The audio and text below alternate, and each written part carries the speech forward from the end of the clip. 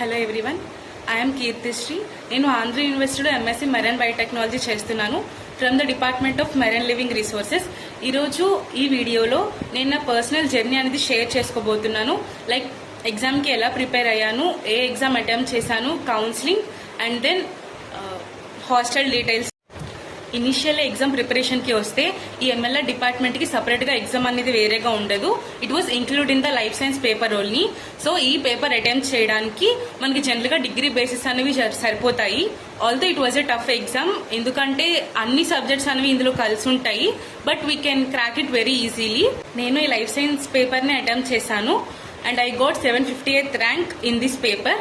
Coming to the counselling process, నేను first preference అనేది Andhra University ఇచ్చాను and that too MLR department only. I got seated first counselling itself in self finance quota marine biotechnology. జనరల్గా మన MLR డిపార్ట్మెంట్లో 3 courses అనేవి ఉంటాయి.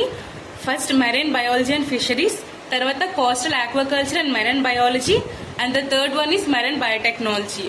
నా undergraduate course బట్టి నేను మెరైన్ బయోటెక్నాలజీ అనేది చూస్ చేసుకున్నాను. వీటిలో వచ్చేసరికి మెరైన్ బయోటెక్నాలజీలో రెగ్యులర్ అనేది ఉండదు, only self finance and self support ఉంటుంది. బేస్డ్ ఆన్ మై ఎలిజిబిలిటీ నాకు సెల్ఫ్ ఫినాన్స్ వచ్చింది.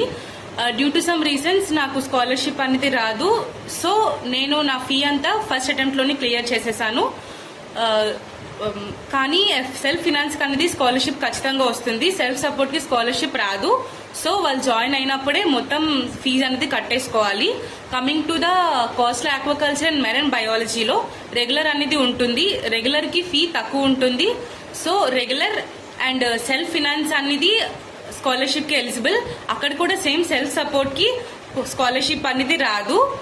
Coming to the marine biology and fisheries, దానిలో కూడా రెగ్యులర్ అనేది ఉంటుంది. So regular and self finance అనేది స్కాలర్షిప్కి ఎలిజిబుల్ అవుతారు. సేమ్ సెల్ఫ్ సపోర్ట్ అనేది డైరెక్ట్గా జాయిన్ అయినప్పుడే మొత్తం ఫీ అనేది పే చేసుకోవాలి. Coming to the hostel details, గర్ల్స్కి మహారాణిపేట దగ్గర హాస్టల్స్ అనేవి జనరల్గా అలాట్ చేస్తూ ఉంటారు. The fees infrastructure was depend on your type of seat. So రెగ్యులర్కి ఫీ స్ట్రక్చర్ ఒకలా ఉంటుంది, సెల్ఫ్ ఫినాన్స్కి ఒకలా ఉంటుంది, సెల్ఫ్ సపోర్ట్కి ఒకలా ఉంటుంది. పర్సనల్గా మన డిపార్ట్మెంట్ గురించి చెప్పాలి అంటే అకాడమిక్స్ అనేవి చాలా యాక్టివ్గా నడుస్తున్నాయి. Practical sessions, seminars, project works ఇలా చాలా వాటిలో మనం ఎంగేజ్ అవ్వచ్చు.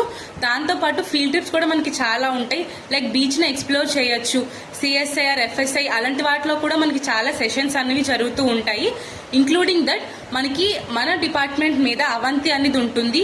సో మనకి లాస్ట్ ఇయర్లో ప్రాజెక్ట్స్ అవ్వచ్చు, ఇంటర్న్షిప్స్ కావచ్చు, ఈజీగా మనం చేసుకోవచ్చు. ప్లేస్మెంట్స్ విషయానికి వస్తే ఎవ్రీ ఇయర్ మనకి ప్లేస్మెంట్స్ అనేవి జరుగుతూ ఉంటాయి. ఎస్పెషల్లీ గర్ల్స్ కన్నా బాయ్స్కి ఇందులో స్కోప్ ఎక్కువగా ఉంటుంది. అలానే గర్ల్స్కి ఉండదని కాదు, we have also so many options. Finally ఇప్పుడు వస్తున్న జూనియర్స్కి నా సజెషన్ ఏంటంటే, ఏ భయం లేకుండా you can take this department, you can explore the courses.